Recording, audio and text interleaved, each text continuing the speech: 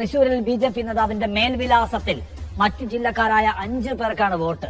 ബി.ജെ.പിയുടെ തൃശൂർ ജില്ലാ വൈസ് പ്രസിഡന്റും പൂങ്കുന്നം കൌൺസിലറുമായ ഡോക്ടർ വി ആതിരയുടെ മേൽവിലാസത്തിലാണ് ഈ വോട്ടുകളെല്ലാം ചേർത്തിരിക്കുന്നത്. മലപ്പുറം സ്വദേശിയായ ബി.ജെ.പി. സംസ്ഥാന വൈസ് പ്രസിഡന്റ് ഉണ്ണികൃഷ്ണൻ മാസ്റ്റർ ഉൾപ്പെടെയുള്ളവരുടെ ID കാർഡിൽ ആതിരയുടെ മേൽവിലാസമായ പള്ളിപ്പറ്റ ഹൌസ് എന്നാണ് രേഖപ്പെടുത്തിയിരിക്കുന്നത്. ആതിരയാണ് വീട് തരപ്പെടുത്തി തന്നതെന്നും അവരുടെ ബന്ധുക്കളുടെ വീട്ടിൽ താമസിച്ചതുകൊണ്ടാണ് ആ വിലാസം വന്നതുമെന്നുമാണ്. ഇങ്ങനെ രാഷ്ട്രീയക്കാർ തന്നെ അവരവർക്ക് ഇഷ്ടമുള്ള ആൾക്കാരെ തിരഞ്ഞെടുക്കാനാണ് എന്നുണ്ടെങ്കിൽ ഒരു തെരഞ്ഞെടുപ്പ് വെക്കേണ്ട ആവശ്യമൊന്നുമില്ലല്ലോ. എന്തിനാ ഈ ഇലക്ഷൻ വെക്കുന്നത്? ഒരു ഇലക്ഷൻ നടത്താൻ വേണ്ടിയിട്ട് ഒരുപാട് പണം ചെലവാകും. അതിന്റെ പുറകിൽ ഒരുപാട് ആൾക്കാർക്ക് അധ്വാനിക്കേണ്ടി വരും. ഒത്തിരി ഡിപ്പാർട്ട്മെന്റും ഒത്തിരി ഉദ്യോഗസ്ഥരും അതിന്റെ പുറകെ കിടന്ന് ഒരുപാട് അധ്വാനിക്കണം. എന്തിനാ ഇത്ര അധ്വാനമൊക്കെ? സിമ്പിളായിട്ട് ഒരാളെ അങ്ങ് തെരഞ്ഞെടുത്തങ്ങ് ടോപ്പിൽ ഇരുത്തിയാൽ മതിയല്ലോ. എലക്ഷൻ നടത്തുന്നത് ജനങ്ങൾക്ക് ജനങ്ങളുടെ റെപ്രസെന്റേറ്റീവ്സിനെ തെരഞ്ഞെടുക്കാൻ വേണ്ടിയിട്ടാണ്. കാരണം എല്ലാ അധികാരവും ഉള്ളത് ജനങ്ങളുടെ കയ്യിലാണ്. എന്നാൽ ഇപ്പൊ രാഷ്ട്രീയക്കാര് അവരുടെ ഇഷ്ടാനുസരണമുള്ള നേതാക്കന്മാരെ തെരഞ്ഞെടുക്കാൻ വേണ്ടിയിട്ട് മാത്രമാണ് എലക്ഷൻ നടത്തിക്കൊണ്ടിരിക്കുന്നത്. കള്ളവോട്ട്, ഇരട്ട വോട്ട്, വ്യാജ വോട്ട്, ഒരാൾ 4 വോട്ട് വരെ ചെയ്യുന്നു, ഒരാൾക്ക് അഡ്രസ്സ് ഒന്നുമില്ല, ഒരു പ്രൂഫും ഒരു അഡ്രസ്സും ഒന്നും ഇല്ലാത്തവനൊക്കെ പോയി വോട്ട് ചെയ്യുന്നു. പിന്നെ നമ്മൾ എന്തിനാണ് വിഡ്ഢികളെ പോലെ പോയി വോട്ട് ചെയ്യുന്നത്? സാധാരണക്കാര് എലക്ഷൻ ദിവസം കുളിച്ചൊരുങ്ങി സുന്ദരക്കുട്ടനും സുന്ദരക്കുട്ടപ്പിയും ഒക്കെ ആയിട്ട് പോയി അടുത്തുള്ള പോളിംഗ് ബൂത്തിൽ പോയി വോട്ട് ചെയ്യും. ഈ വോട്ട് അങ്ങോട്ട് ചെയ്യുമ്പോഴേക്കും നമ്മുടെ വിചാരം എന്താണ്? നമ്മൾ ചെയ്യുന്ന ഈ ഒരു വോട്ടിലാണ് എല്ലാം ഇരിക്കുന്നത്, നമ്മളുടെ കയ്യിലാണ് എല്ലാം ഇരിക്കുന്നത് എന്നുള്ളൊരു അഹങ്കാരത്തോട് കൂടിയിട്ട് നമ്മൾ പോയി വോട്ട് ചെയ്യും. എന്നാൽ നമ്മളുടെ കയ്യിൽ ആകെക്കൂടെ കിട്ടിയേക്കുന്ന ആ ഒരു വലിയ റൈറ്റിനെ പോലും ഇപ്പൊ അവര് കവർന്നെടുത്തോണ്ട് പോവാണ്. നമ്മൾക്ക് കിട്ടിയ ഏറ്റവും വലിയൊരു റൈറ്റ് ആണ് വോട്ടിംഗ് റൈറ്റ്. ആ റൈറ്റ് പോലും നമ്മളുടെ കയ്യിൽ നിന്ന്, സാധാരണക്കാരിൽ നിന്ന് ഇവരൊക്കെ മോഷ്ടിച്ചെടുത്തോണ്ട് പോവുകയാണ് എന്ന് പറയുമ്പോൾ നമുക്ക് പിന്നെ എന്ത് വിലയാണുള്ളത്? ഈ രാജ്യത്തെ പൗരൻ എന്നുള്ള രീതിയിൽ നമുക്ക് എന്ത് വിലയാണുള്ളത്? ഒരു വിലയും ഇല്ല. എന്നാൽ ഇങ്ങനെയുള്ള ആരോപണങ്ങൾ വരുമ്പോൾ ഈ രാഷ്ട്രീയക്കാര്, ഇതുപോലുള്ള നേതാക്കന്മാര്, നമ്മൾ തെരഞ്ഞെടുത്ത് വിട്ടിട്ടുള്ള റെപ്രസെന്റേറ്റീവ്സ് അറ്റ്ലീസ്റ്റ് നമ്മളോട് വന്നൊരു മറുപടി പറയാൻ പോലുമുള്ള ബാധ്യസ്ഥത കാണിക്കുന്നില്ല എന്ന് പറയുമ്പോൾ നമ്മളുടെ വോട്ടിംഗ് റൈറ്റിന് ഒരു വിലയില്ല. 0% വില മാത്രമേ ഉള്ളൂ എന്ന് നമുക്ക് പറയാൻ സാധിക്കും. വെറുതെ എന്തിനാ എലക്ഷൻ വെക്കുന്നേ? എലക്ഷൻ ഒന്നും വേണ്ട, നിങ്ങൾക്ക് ഇഷ്ടമുള്ള ഒരാളെ തിരഞ്ഞെടുത്തോണ്ട് പോക്കൂ. എലക്ഷനും വേണ്ട, ഒന്നും വേണ്ട, വോട്ടിങ്ങും വേണ്ട, ഒന്നും വേണ്ട. ഇനി മുതൽ നമ്മളാരും പോയി വോട്ട് ചെയ്യാതിരിക്കുന്നതായിരിക്കും നല്ലത്. എന്തിനാ വോട്ട് ചെയ്തിട്ട്? നമുക്ക് ഇഷ്ടമുള്ള ആരെങ്കിലും ഒക്കെ തിരഞ്ഞെടുക്കാൻ പറ്റുന്നുണ്ടോ? ഇല്ല. യോഗ്യതയുള്ള ആൾക്കാരെ തിരഞ്ഞെടുക്കുക, അതിനാണ് വോട്ടിംഗ് വെച്ചേക്കുന്നത്. ഇപ്പൊ രാഹുൽ ഗാന്ധി തുടങ്ങി വെച്ച റെവല്യൂഷൻ കേരളത്തിലും കാട്ടുതീ പോലെ പടർന്നു പിടിച്ചുകൊണ്ടിരിക്കുകയാണ്. ഏറ്റവും കൂടുതൽ പ്രശ്നം നടന്നുകൊണ്ടിരിക്കുന്നത് തൃശ്ശൂരിൽ നിന്നാണ്. തൃശ്ശൂരിൽ നിന്നാണ് ഏറ്റവും കൂടുതൽ സംഭവങ്ങൾ റിപ്പോർട്ട് ചെയ്യുന്നത്. വെറും ആരോപണങ്ങൾ മാത്രമല്ല, ആൾക്കാർ പ്രൂഫ് ഒക്കെ എടുത്തു വെച്ചിട്ടാണ് ന്യൂസ് കൊടുത്തുകൊണ്ടിരിക്കുന്നത്. കൃത്യമായിട്ടുള്ള ആ ഒരു പോളിംഗ് സമയത്തുള്ള ആ ഒരു പേപ്പറുകളും അത്തരം പ്രൂഫുകളും ഒക്കെ എടുത്തു വെച്ചിട്ടാണ് ന്യൂസ് ചെയ്യുന്നത്. അപ്പൊ നമുക്കതിനെ തള്ളിക്കളയാൻ വേണ്ടിയിട്ട് പറ്റത്തില്ല. ഒരാൾ ഇരട്ട വോട്ട് ചെയ്തേക്കുന്നു. ഏറ്റവും കൂടുതൽ ഇപ്പൊ ആരോപണം ചുറ്റിപ്പറ്റി നടക്കുന്നത് സുരേഷ് ഗോപി സാറിനെ കുറിച്ചാണ്. അദ്ദേഹവുമായിട്ട് റിലേറ്റ് ചെയ്തിട്ടുള്ള ആരോപണങ്ങളും തെളിവുകളുമാണ് പുറത്തു വന്നേക്കുന്നത്. അദ്ദേഹത്തിന്റെ ഡ്രൈവർ വ്യാജ വോട്ട് ചെയ്തു എന്നുള്ള രീതിയിലുള്ള കാര്യങ്ങൾ പുറത്തു വരുന്നു. അദ്ദേഹത്തിന്റെ സഹോദരൻ ഇരട്ട വോട്ട് ചെയ്തു എന്ന് പറയുന്നു. അദ്ദേഹത്തിന്റെ കുടുംബാംഗങ്ങളുടെ പേര് അനധികൃതമായിട്ട് ചേർത്തതാണ് എന്ന് പറയുന്നു. ഇങ്ങനെ എന്തുമാത്രം ആരോപണമാണ് സുരേഷ് ഗോപി സാറിനെ റിലേറ്റ് ചെയ്തിട്ട് വരുന്നത്. അദ്ദേഹം ഇപ്പൊ കേന്ദ്രമന്ത്രിയാണ്. ഒരു കേന്ദ്രമന്ത്രിയെ റിലേറ്റ് ചെയ്തിട്ടാണ് ഇത്രയധികം ആരോപണങ്ങൾ വരുന്നത്. മാത്രമല്ല ബി.ജെ.പി. നേതാവും ബി.ജെ.പി. നേതാവിന്റെ കുടുംബവും കള്ളവോട്ട് ചെയ്തു എന്നുള്ള രീതിയിലുള്ള എല്ലാ തെളിവുകളും പുറത്തു വന്നു കഴിഞ്ഞു. പക്ഷേ ഇതിനെ പറ്റിയിട്ടുള്ള ഒരു ഉത്തരവും ഒരു മറുപടിയും ആരും തുറന്നു പറയുന്നില്ല. എല്ലാം മിണ്ടാതെ വായടച്ച് വായും പൂട്ടി നടക്കുകയാണ്. അപ്പൊ ഏതായാലും നമുക്ക് 1-2 വാർത്തകൾ കണ്ടിട്ട് വരാം. സുരേഷ് ഗോപിയുടെ സഹോദരൻ സുഭാഷ് ഗോപിക്ക് ഇരട്ട വോട്ട്. തൃശൂരിലും കൊല്ലത്തുമാണ് വോട്ടുള്ളത്. കൊല്ലത്തെ കുടുംബ വീടായ ലക്ഷ്മി നിവാസ് മേൽവിലാസത്തിലാണ് കൊല്ലത്തെ വോട്ട്. ഗോപാൽ ശിരാസനും ജേസൺ ചാമോളപ്പുറമുണ്ട്. ഇപ്പോൾ പരാതിയുമായി കോൺഗ്രസ് നേതാക്കൾ ടി.എൻ. പ്രതാപനും DCC പ്രസിഡന്റും പോകുകയാണ്.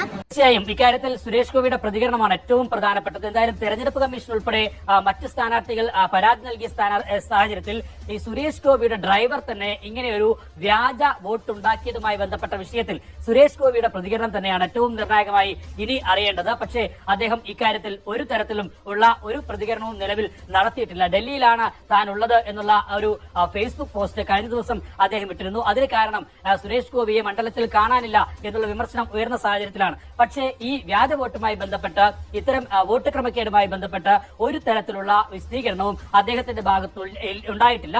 ഇനി എന്തായാലും അദ്ദേഹത്തിന് ഇക്കാര്യത്തിൽ തീർച്ചയായും മറുപടി പറയേണ്ടി വരും. കാരണം അദ്ദേഹത്തിന്റെ സന്തത സഹചാരിയായ എസ് അജയകുമാർ തന്നെയാണ് ഈ വ്യാജ മേൽവിലാസത്തിൽ വോട്ടുണ്ടാക്കിയതിൽ ഉൾപ്പെട്ടിട്ടുള്ളത്. ഏറ്റവും പ്രധാനപ്പെട്ട ഒരു കണ്ണിയായി ഇക്കാര്യത്തിൽ മാറുന്നതും അദ്ദേഹം തന്നെയാണ്. അതുകൊണ്ട് ലോക്സഭാ തെരഞ്ഞെടുപ്പിൽ തൃശൂരിൽ RSS നേതാവും കുടുംബവും നടത്തിയ ക്രമക്കേടിന്റെ വിവരം പുറത്ത്. ആലത്തൂർ മണ്ഡലത്തിലെ 11ാം ബൂത്തിലും തൃശൂർ മണ്ഡലത്തിലെ 37ാം ബൂത്തിലുമാണ് RSS നേതാവ് ഷാജി വരവൂരും കുടുംബവും വോട്ട് ചേർത്തത്. വോട്ടർ പട്ടികയുടെ പകർപ്പ് 24-ന് ലഭിച്ചു. സൂരജ് സജി വിശദാംശങ്ങളുമായി. സൂരജ്, കൂടുതൽ ക്രമക്കേടുകളുടെ വിശദാംശങ്ങൾ ഇപ്പോൾ പുറത്തു വന്നുകൊണ്ടിരിക്കുകയാണോ? ഫേക്കായിട്ടുള്ള രേഖകൾ ചമയ്ക്കാൻ ഏറ്റവും ബെസ്റ്റ് ആർട്ടിഫിഷ്യൽ ഇന്റലിജൻസ് ആണെന്ന് പറയും. ആർട്ടിഫിഷ്യൽ ഇന്റലിജൻസ് അധികം ഉപയോഗിക്കാത്ത ഒരു സമൂഹത്തിൽ ഇത്രയും ഫേക്കായിട്ടുള്ള കാര്യങ്ങൾ ഉണ്ടെന്നുണ്ടെങ്കിൽ ഇനി ആർട്ടിഫിഷ്യൽ ഇന്റലിജൻസ് കൂടുതലായിട്ട് ഉപയോഗിച്ച് കഴിഞ്ഞാൽ AI കൂടി കൂടുതലായിട്ട് ഉപയോഗിച്ച് കഴിയുമ്പോഴേക്കും ഈ രാഷ്ട്രീയക്കാർക്ക് പിന്നെ നമ്മളുടെ ആവശ്യമൊന്നും ഉണ്ടായിരിക്കത്തില്ല. ഫേക്ക് ആയിട്ടുള്ള ആൾക്കാരെ സൃഷ്ടിച്ചെടുത്തിട്ട് അവരെ ഡയറക്റ്റ് ആയിട്ട് ഫ്രണ്ടിൽ കൊണ്ടുവന്ന് നിർത്തിയിട്ട് വോട്ട് ചെയ്തിട്ട് പോകും. നമ്മളൊക്കെ അപ്പോൾ വെറും മൊണ്ണകളെ പോലെ അങ്ങോട്ടും ഇങ്ങോട്ടും ഒക്കെ നടക്കും. നമ്മൾ ഫൂൾസ് ആയിട്ട് നടക്കും. ഈ ഒരു കാര്യം പുറത്തേക്ക് വരുന്ന സമയത്ത് പല ആൾക്കാരും ഇതിനെ തള്ളിക്കളയുവാണ് ചെയ്യുന്നത്. അതിനെന്താ, വോട്ട് ചെയ്തു, ജയിച്ചു, അവർ ജയിച്ചോട്ടെ. ഈ ഒരു ലാഘവത്തോടു കൂടിയിട്ട് എടുക്കുന്ന ഒരുപാട് ആൾക്കാരുണ്ട്. ഒരു പാർട്ടിയിലും വിശ്വസിക്കാത്ത, ഒരു പാർട്ടിയിലും പങ്കുചേരാത്ത ഒരുപാട് ആൾക്കാരുണ്ടല്ലോ. അതായത് ഇൻ ബിറ്റ്വീൻ നിൽക്കുന്ന ആൾക്കാർ. അവരൊന്നും ഇതൊന്നും വലുതായിട്ട് കാര്യമാക്കത്തില്ല.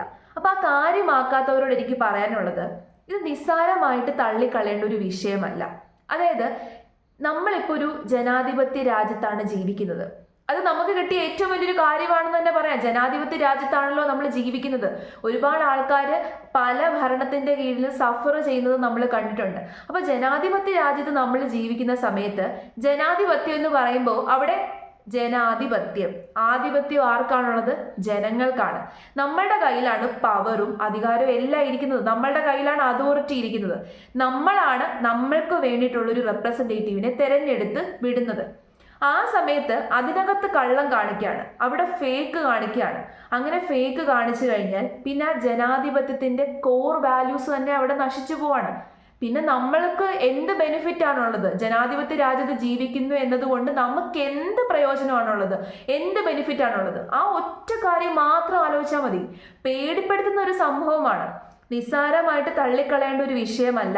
പേടിപ്പെടുത്തുന്ന ഒരു സംഭവമാണ്. നമ്മൾ ഒരുപാട് ചിന്തിക്കേണ്ട ഒരു വിഷയമാണ്. ഇങ്ങനെ ഗ്രാജുവലി ഇത് മുന്നോട്ട് പോവുകയാണ് എന്നുണ്ടെങ്കിൽ ഇവിടെ ജനാധിപത്യം എന്ന് പറയുന്ന ഒരു സംഭവം പാടെ ഇല്ലാതാവും. ടോട്ടലി ഡിസപ്പിയർ ആകും. പിന്നെ നമ്മൾക്കൊരു ആധിപത്യവും ഉണ്ടാവത്തില്ല. നമ്മൾ മിണ്ടാതെ വായടച്ച് അധികാരികൾ പറയുന്നത് കേട്ട് ഇങ്ങനെ മൊണ്ണകളെ പോലെ ഇരിക്കേണ്ടി വരും. ഇപ്പം നമുക്ക് അധികാരമുണ്ട്, നമുക്ക് വാ തുറക്കാം, നമുക്ക് ശബ്ദമുയർത്താം, നമുക്ക് ചോദ്യങ്ങൾ ചോദിക്കാം. എന്നാൽ നാളെ ഒരു ചോദ്യവും ചോദിക്കാൻ പറ്റാതെ, ഒരു ഉത്തരവും കേൾക്കാൻ പറ്റാതെ മിണ്ടാതിരിക്കേണ്ടി വരുന്ന ഒരു അവസ്ഥ എങ്ങനെ ഉണ്ടാകും? അത് മാത്രം നിങ്ങൾ ചിന്തിച്ചു നോക്കുക. അങ്ങനത്തെ സമൂഹത്താണ് നമ്മൾ ജീവിക്കുന്നതെങ്കിലോ നമുക്ക് പ്രതിഷേധിക്കാൻ പറ്റത്തില്ല, നമുക്ക് റിയാക്ട് ചെയ്യാൻ പറ്റത്തില്ല, നമുക്ക് സമരങ്ങൾ ചെയ്യാൻ പറ്റത്തില്ല. ആരെങ്കിലുമൊക്കെ തരുന്നതും വാങ്ങിച്ച് മിണ്ടാതെ ഇരിക്കുക. ആ ഒരു അവസ്ഥ ശരിക്കും പരിതാപകരമായിട്ടുള്ളൊരു അവസ്ഥയാണ്. ആ അവസ്ഥയിലേക്ക് നമ്മുടെ നാട് നാളെ പോകരുത് എന്നുണ്ടെങ്കിൽ നമ്മൾക്ക് ജനാധിപത്യം റീസ്റ്റോർ ചെയ്യുക തന്നെ വേണം. ഇപ്പം ജനാധിപത്യങ്ങളുടെ വാല്യൂ ഇടിഞ്ഞു വീണുകൊണ്ടിരിക്കുകയാണ്. ഇവരൊക്കെ ഇല്ലാതെയാക്കിക്കൊണ്ടിരിക്കുകയാണ്. അപ്പോൾ ഏറ്റവും കൂടുതൽ ഇപ്പോൾ സുരേഷ് ഗോപി സാറിനെ പറ്റിയിട്ടാണ് ആരോപണങ്ങൾ ഉയർന്നു വരുന്നത്. അപ്പോൾ അദ്ദേഹം ഇപ്പം കുറേ ദിവസം ഇല്ലായിരുന്നു, ഇവിടെ ഡൽഹിയിലായിരുന്നു. അദ്ദേഹം തിരിച്ചെത്തിയപ്പോൾ മാധ്യമങ്ങൾ അദ്ദേഹത്തോട് ചോദ്യങ്ങൾ ചോദിക്കുമ്പോൾ അദ്ദേഹം മിണ്ടാതെ ഓടിപ്പോവുകയാണ് ചെയ്യുന്നത്. വോട്ട് ക്രമക്കേട് ആരോപണവുമായി ബന്ധപ്പെട്ട ചോദ്യങ്ങളോട് പ്രതികരിക്കുന്നില്ല കേന്ദ്രമന്ത്രി സുരേഷ് ഗോപി. ആവർത്തിച്ച് ചോദിച്ചുവെങ്കിലും ഒന്നും മിണ്ടാതെ അദ്ദേഹം പോവുകയായിരുന്നു. പ്രതികരണമില്ലാതെ അദ്ദേഹം പോകുമ്പോഴും ആ ചോദ്യങ്ങൾ ബാക്കിയാവുകയാണ്.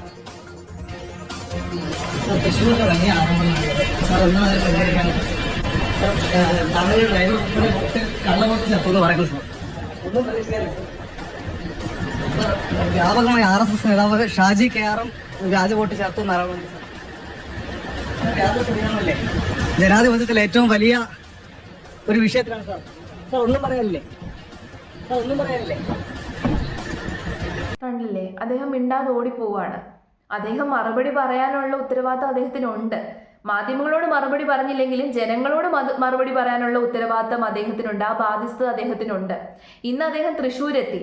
ഇന്ന് മാധ്യമങ്ങൾ ചോദ്യങ്ങൾ ചോദിച്ചപ്പോഴും അദ്ദേഹം പറയുന്നത് നന്ദിയുണ്ട് എന്നാണ്. എല്ലാത്തിനും നന്ദിയുണ്ട് എന്നുള്ളൊരു മറുപടി മാത്രമാണ് അദ്ദേഹം പറഞ്ഞത്. അത് ഉചിതമായിട്ടുള്ളൊരു മറുപടിയാണോ? ഒരിക്കലും അല്ല. അദ്ദേഹത്തെ ജയിപ്പിച്ചു വിട്ടത് ജനങ്ങളാണ്. അദ്ദേഹത്തിന് വോട്ട് കൊടുത്ത ജനങ്ങളുണ്ട്. എന്തുവാണെങ്കിലും കള്ളവോട്ട് ചെയ്തു എങ്കിലും അദ്ദേഹത്തിന് വോട്ട് കൊടുത്തിട്ടുള്ള, സത്യസന്ധമായിട്ട് വോട്ട് കൊടുത്തിട്ടുള്ള ഒരുപാട് ജനങ്ങൾ തൃശ്ശൂരുണ്ടാകും. ആ ജനങ്ങളോട് അദ്ദേഹത്തിന് മറുപടി പറയണ്ടേ? ഉറപ്പായിട്ടും അവരോട് മറുപടി പറയണം. അദ്ദേഹത്തിന് ഈ ഒരു പൊസിഷൻ കിട്ടിയതും ഈ അധികാരം കിട്ടിയതും ഒക്കെ തന്നെ ജനങ്ങൾ കാരണമാണ്. ജനങ്ങൾ അദ്ദേഹത്തെ തെരഞ്ഞെടുത്തത് കൊണ്ടാണ് അദ്ദേഹത്തിന് എല്ലാവിധ അധികാരവും കിട്ടിയത്. അപ്പോൾ ആ ജനങ്ങളോടെങ്കിലും അദ്ദേഹം ഉത്തരം പറയണം. അദ്ദേഹം ഉത്തരം പറയാതെ ഇങ്ങനെ ഒളിച്ചോടുവാണെന്നുണ്ടെങ്കിൽ, മിണ്ടാതിരിക്കുവാണെന്നുണ്ടെങ്കിൽ അദ്ദേഹത്തിന് ഉത്തരം പറയാൻ ഒന്നുമില്ല. ഇത് അദ്ദേഹത്തിന്റെ ഭാഗത്ത് സത്യസന്ധത ഇല്ല എന്നല്ലേ ആൾക്കാർ ചിന്തിക്കത്തുള്ളൂ. അപ്പൊ അദ്ദേഹത്തെ എലക്ട് ചെയ്ത ജനങ്ങളുടെ മാനസികാവസ്ഥ നിങ്ങളൊന്ന് ആലോചിച്ചേ. കാരണം നമ്മൾ എലക്ട് ചെയ്ത് വിട്ട് റെപ്രസെൻറ്റേറ്റീവ് നല്ലയാളല്ല എന്ന രീതിയിൽ ജനങ്ങൾക്ക് തോന്നുവാണ് എന്നുണ്ടെങ്കിൽ നമ്മൾ ചെയ്തതിൽ ഒരു വർത്തും ഇല്ല. നമ്മൾ വർത്തായിട്ടുള്ള ഒരു കാര്യവും ചെയ്തില്ല എന്ന രീതിയിൽ ആ ജനങ്ങളുടെ മനസ്സിലൊരു ഇതുണ്ടാകും, വിഷമം ഉണ്ടാകും. അതിനെക്കാട്ടിൽ വലിയ എന്താണുള്ളത്? കാരണം നമ്മൾ ചെയ്ത വോട്ടിന് ഒരു വാല്യൂ ഇല്ല എന്ന് ജനങ്ങൾക്ക് തോന്നുവാണെന്നുണ്ടെങ്കിൽ നമ്മൾക്കൊരു വാല്യൂ ഇല്ല എന്നുള്ളതാണ് അർത്ഥം. ഈ രാജ്യത്തെ പൗരൻ എന്നുള്ള രീതിയിൽ നമുക്കൊരു വാല്യൂ ഇല്ല എന്നുള്ളത് തന്നെയാണ് അർത്ഥം. ഞാൻ ആദ്യം പറഞ്ഞതുപോലെ നിസ്സാരമായിട്ട് തള്ളിക്കളയേണ്ട ഒരു വിഷയമല്ല, പേടിക്കേണ്ട ഒരു വിഷയമാണ്. പേടിക്കേണ്ട വിഷയമാണ്. നമ്മളുടെ രാജ്യം ഇതേപോലെ മുന്നോട്ട് പോകണമെന്നുണ്ടെങ്കിൽ ഇത്തരം സംഭവങ്ങൾക്കെതിരെ നമ്മൾ റിയാക്ട് ചെയ്യണം. ഇദ്ദേഹം ഇവിടെ മറുപടി പറയണം.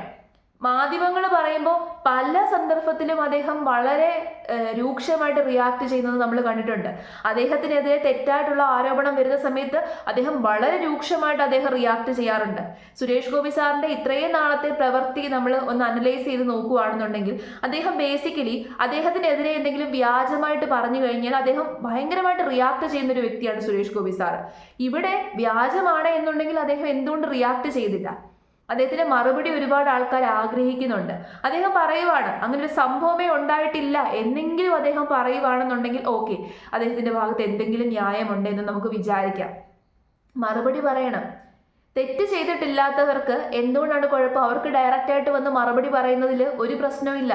അവർക്ക് മറുപടി പറയാം. കാരണം അവർ തെറ്റ് ചെയ്തിട്ടില്ല. ഞാൻ തെറ്റ് ചെയ്തിട്ടില്ല, അങ്ങനെ ഒരു സംഭവമേ ഉണ്ടായിട്ടില്ല, അന്വേഷണം നടക്കട്ടെ, അന്വേഷണം നടക്കുമ്പോൾ നിങ്ങൾക്ക് മനസ്സിലാകും. അങ്ങനെ ഒരു സ്റ്റേറ്റ്മെന്റ് അത്രയും പറഞ്ഞാൽ മതി. കൂടുതലായിട്ടൊന്നും പറയണ്ട. അങ്ങനെ ഒരു സംഭവമേ തൃശ്ശൂർ നടന്നിട്ടില്ല, അല്ലെങ്കിൽ ഞാനുമായിട്ട് ബന്ധപ്പെട്ട് അങ്ങനെ ഒരു സംഭവമേ നടന്നിട്ടില്ല, അന്വേഷണം നടക്കട്ടെ, അപ്പം നമുക്ക് ബാക്കി കാര്യങ്ങൾ അറിയാമല്ലോ. ഇങ്ങനെ ഒരു സ്റ്റേറ്റ്മെന്റ് പറഞ്ഞാൽ മതി. അതിൽ കൂടുതലായിട്ടൊന്നും പറയണ്ട. പക്ഷെ അതുപോലും ഇവരൊന്നും പറയുന്നില്ല. ന്യായീകരണങ്ങൾ മാത്രമാണ് നടന്നുകൊണ്ടിരിക്കുന്നത്. അല്ലെന്നുണ്ടെങ്കിൽ വെറുതെ രാഹുൽ ഗാന്ധി വെറുതെ അനാവശ്യമായിട്ടൊരു സംഭവം എറിഞ്ഞതാണ്, രാഹുൽ ഗാന്ധിക്ക് ജയിക്കാൻ പറ്റാത്തത് കൊണ്ട് രാഹുൽ ഗാന്ധി അനാവശ്യം പറയുവാണ് എന്ന് പറഞ്ഞ് തള്ളിക്കളയുവല്ല ചെയ്യേണ്ടത്. സ്വന്തം നമ്മുടെ ഭാഗം ക്ലിയർ ആക്കാനുള്ള കാര്യങ്ങൾ ചെയ്യുവാണ് ചെയ്യേണ്ടത്. ഒന്നുമില്ല. ഇപ്പൊ അവസാനം ഏറ്റവും കൂടുതൽ വിഡ്ഢികളായേക്കുന്നത് ആരാണ്? നമ്മളല്ലേ, നമ്മൾ ജനങ്ങളല്ലേ വിഡ്ഢികളായേക്കുന്നത്. അപ്പോൾ ചിന്തിക്കുക, ഇതിന്റെ പുറകിലുള്ള ചതി മനസ്സിലാക്കുക.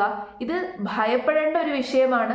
ഭാവിയിൽ നമ്മൾക്ക് അധികാരം നഷ്ടപ്പെട്ടു കഴിഞ്ഞാൽ, നമ്മളുടെ കയ്യിൽ നിന്ന് നമ്മുടെ പവർ നഷ്ടപ്പെട്ടു കഴിഞ്ഞാൽ ജനങ്ങളായിട്ടുള്ള നമ്മൾക്ക് വെറും പുല്ല് വില മാത്രമേ ഈ അധികാരികളൊക്കെ കൽപ്പിക്കത്തുള്ളൂ.